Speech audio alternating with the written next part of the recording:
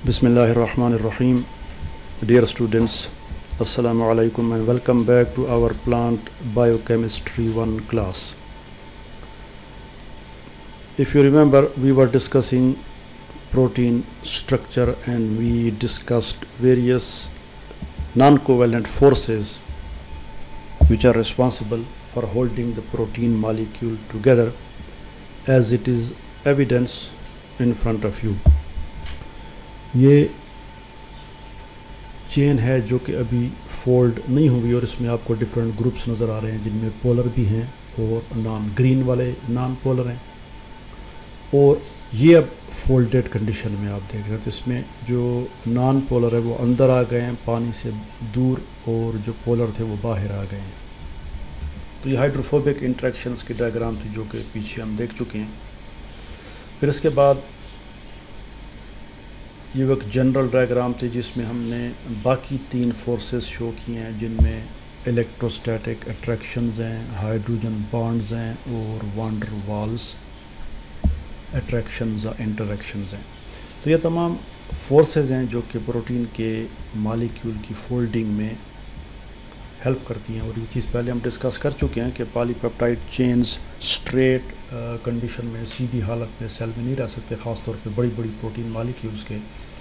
تو ان کی فولڈنگ ضروری ہوتی ہے، اور ان کی فولڈنگ جیسے آگے ہم دیکھیں گے وہ نیچرل ہوتی ہے ان اٹریکشنز کی وجہ سے.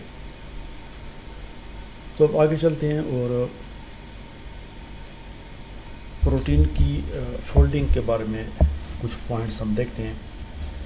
اب ان میں جو سب سے امپارٹنٹ فیکٹر ہے پروٹین کی فولڈنگ میں وہ یہ ہے کہ اس کی پالی پیپٹائڈ چین میں پولر اور نان پولر امینو ایسڈز کی ڈسٹریبیوشن کیا ہے، یعنی وہ کہاں کہاں پہ اس پالی پیپٹائڈ چین میں واقع ہیں، کس جگہ پہ نان پولر ہے اور کہیں پہ پولر ہے.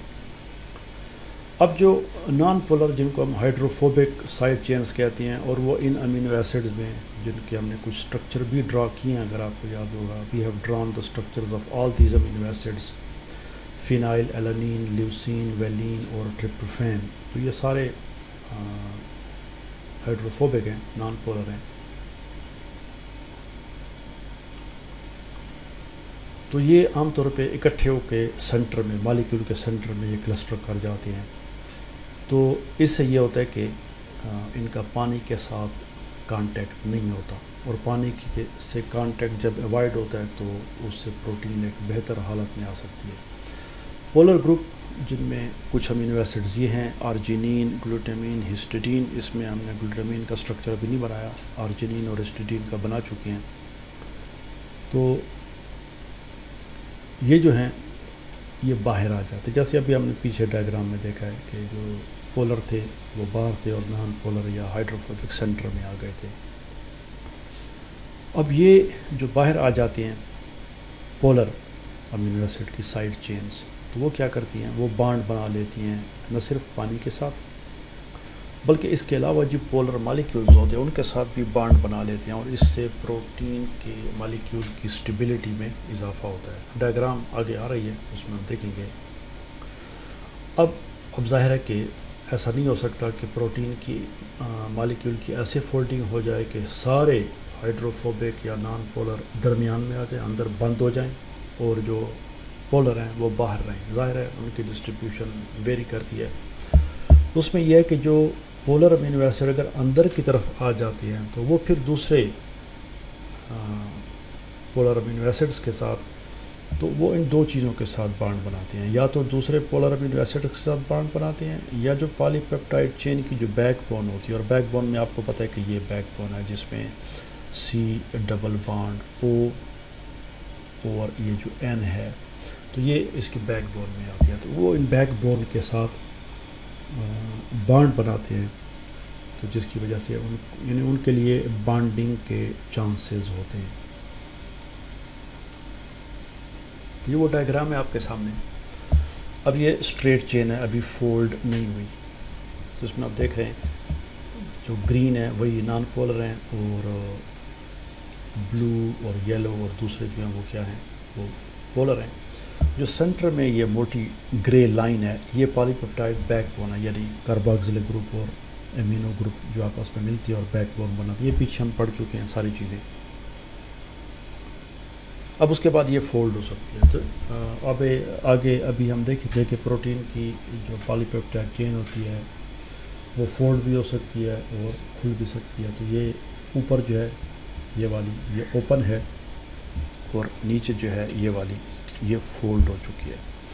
تو اس میں اگر آپ دیکھیں تو ہائیڈروفوبک جو ہیں وہ سارے اندر آ گئے ہیں.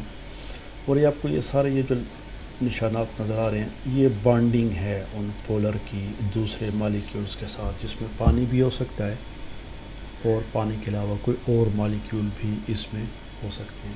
یہ اس ڈائیگرام کا ٹائٹل ہے فگر 3.5 جس کا پیچھے ذکر آ رہا تھا. تو پولر مالیکیول جو ہے وہ باہر کی طرف آ جاتے ہیں اور جو نان پولر ہیں وہ اندر آ جاتے ہیں. بیریڈ مطلب ہے دبے ہوئے، اس کے اندر نیچے آ جاتے ہیں. جو نان پولر امینو ایسڈز ہوتے ہیں وہ بیریڈ ہوتے ہیں، ٹائٹلی پیکڈ ہائیڈروفوبک کور جو سنٹر میں آ جاتی ہے. تو اب یہاں پہ جو ہم نے تقریباً 35 امینو ایسڈز کی پالی پیپٹائڈ چین آپ کو شو کی ہے. تو یہ سیدھی انفولڈڈ ہے اور نیچے جو ہے یہ انفولڈڈ ہے اور یہاں پہ یہ فولڈ ہو کے ایک بہتر حالت میں آ گئی ہے. اب پروٹین جو فولڈ ہوتی ہے ان تمام انٹریکشنز کی وجہ سے جو پیچھے ہم نے ڈسکرائب کر لی ہے، تو پروٹین کی ایک 3 ڈائمینشنل شیپ بنتی ہے. جو کہ اگر ہم پھر پیچھے چلے جائیں تو یہ جو ڈائیگرام بن رہی ہے اس کو ہم پروٹین کی 3 ڈائمینشنل سٹرکچر کہتے ہیں، 3 ڈائمینشنل شیپ کہتے ہیں. تو ان انٹریکشنز کی وجہ سے پروٹین 3 ڈائمینشنل شیپ اختیار کرتی ہے. اور ظاہر ہے کہ یہی چیز ہم بار بار ڈسکس کر رہے ہیں کہ یہ جو پروٹین کی شیپ بنتی ہے وہ اس وجہ سے بنتی ہے. یہ بڑا امپارٹنٹ کانسیپٹ ہے پروٹین کے سٹرکچر میں کہ اس میں امینو ایسڈ کس ترتیب سے ہیں، آرڈر ترتیب کس سیکوینس میں ہیں، polar, non polar, acidic, basic وغیرہ وہ کس ترتیب میں ہیں. اب یہ ہم پروٹین کے سٹرکچر کے بنانے میں ڈسکشن میں یہ لفظ ہم بہت استعمال کرتے ہیں، کنفرمیشن. اب یہ کنفرمیشن جو ہے یہ جب پروٹین کا مالیکیول تیار ہو جاتا ہے، ریڈی ہو جاتا ہے، وہ صحیح طریقے سے، فار ایگزامپل یہ ایک پروٹین کا مالیکیول ہے جو کہ اب فولڈ ہو چکا ہے. تو اب یہ اس کی یعنی پہلے یہ اسٹریٹ چین تھی اور پھر یہ فولڈ ہو گیا. تو اب فولڈڈ کنڈیشن میں جو پروٹین ہوتی ہے، فائنل فولڈڈ کنڈیشن میں، اس کو ہم کیا کہتے ہیں، اس کی کنفرمیشن کہتے ہیں. اور کنفرمیشن ایک تو امینو ایسڈ کی جو ترتیب ہوتی ہے، آرڈر ہوتی ہے چین میں، اس پہ ڈیپینڈ کرتی ہے. اور دوسرا یہ بھی ہے کہ اس میں انرجی وائز کنسیڈریشنز بھی ہوتی ہیں. اور وہ یوں کہ فولڈنگ میں جب پروٹین کے مالیکیول ایک خاص طریقے سے فولڈ ہوتی ہے تو وہ ایک منیمم انرجی سٹیٹ میں آ جاتی ہے. اور جب بھی ایک مالیکیول منیمم انرجی سٹیٹ میں ہوگا تو اٹ بیکمز مور اسٹیبل. تو اس سے اس کی جو فری انرجی ہوتی ہے وہ منیمائز ہو جاتی ہے جب وہ فولڈ ہوتا ہے. جب وہ اپنی نارمل کنڈیشن میں فولڈ ہوتا ہے جس میں پولر عام طور پہ دوسرے پولر مالیکیول کے ساتھ بانڈ بنا لیتی ہیں اور نان پولر اس کے جو امینو ایسڈز ہوتے ہیں وہ سنٹر میں آ جاتے ہیں یا اندر دب جاتے ہیں. تو اسے جو پروٹین کے مالیکیول کی شیپ بنتی ہے وہ فری انرجی منیمم سٹیٹ میں ہوتی ہے. اور ویسے بھی یہ پروٹین کی جو فولڈنگ ہوتی ہے یہ انرجیٹیکلی بھی فیوریبل ہوتی ہے کیونکہ اس کے فولڈ ہونے سے وہ انرجی ریلیز کرتی ہے اور منیمم انرجی سٹیٹ میں آ جاتی ہے. اب پروٹین کا عام طور پہ یہ جو فولڈنگ ہے یا فولڈ ہونا ہے یہ بڑی اس میں اہم بات ہے کہ یہ زیادہ تر اسپونٹینیس ہوتا ہے.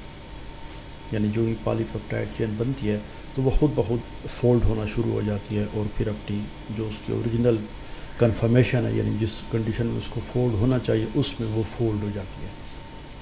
تو اس کو ہم کیا کہتے ہیں، اس کو ری نیچوریشن کہتے ہیں. یعنی کہ کھل گئی ہے اور وہ جب وہ فولڈ ہوتی ہے تو وہ ری نیچوریشن کنڈیشن میں، اور اس کا کھلنا ڈی نیچوریشن میں آ جاتا ہے. اب پروٹین کا عام طور پہ فولڈ ہونا کسی بھی کریکٹ کنفرمیشن میں وہ خود بخود ہوتا ہے. بغیر کسی ہیلپ کے یا بغیر کسی آؤٹ سائڈ مداخلت کے یا انٹرونشن کے یا کسی فورس کے یا کسی دوسرے مالیکیول کے. لیکن بعض کیسز میں خاص قسم کے دوسری پروٹین کے مالیکیولز ہوتے ہیں جن کو ہم شیپرانز کہتے ہیں، اور یہ شیپرانز جو ہیں یہ پروٹین کی فولڈنگ میں ان کی مدد کرتے ہیں، اسسٹ کرتے ہیں ان کی فولڈنگ میں. تو یہ شیپرانز کیا کرتے ہیں؟ جب پالی پیپٹائڈ چین فولڈ ہو رہی ہوتی ہے تو یہ اس کے ساتھ بانڈ بنا لیتی ہیں، اس کے ساتھ بائنڈ ہو جاتی ہیں اور فولڈنگ میں اس کی مدد کرتی ہیں اور help them process along the most energetically favorable folding pathway. تو کیسے اس پروٹین کو فولڈ ہونا چاہیے؟ ایسا فولڈ جو کہ اس کے لیے انرجیٹیکلی فیوریبل ہو اور صحیح فولڈنگ ہو. تو یہ شیپران اس کی ہیلپ کرتی ہیں تو پروٹین انرجیٹیکلی فیوریبل کنڈیشن میں آ جاتی ہے، فولڈنگ میں آ جاتی ہے. تو یہ کچھ پروٹین کی فولڈنگ کے حوالے سے ضروری باتیں تھیں جو کہ اس ویڈیو میں. اگلی ویڈیو میں ہم اس کے جو فولڈنگ کے پیٹرنز ہیں، یہ تو جنرل ہم نے بات کری، یہ نہیں بتایا کہ فولڈنگ کیا ہے اور اس کا نام کیا ہے اور اس کے کتنے کائنڈز ہیں. تو اگلی ویڈیو میں انشاءاللہ ہم اس کی فولڈنگ کے ٹائپس دیکھیں گے. Thanks for watching and see you in the next video.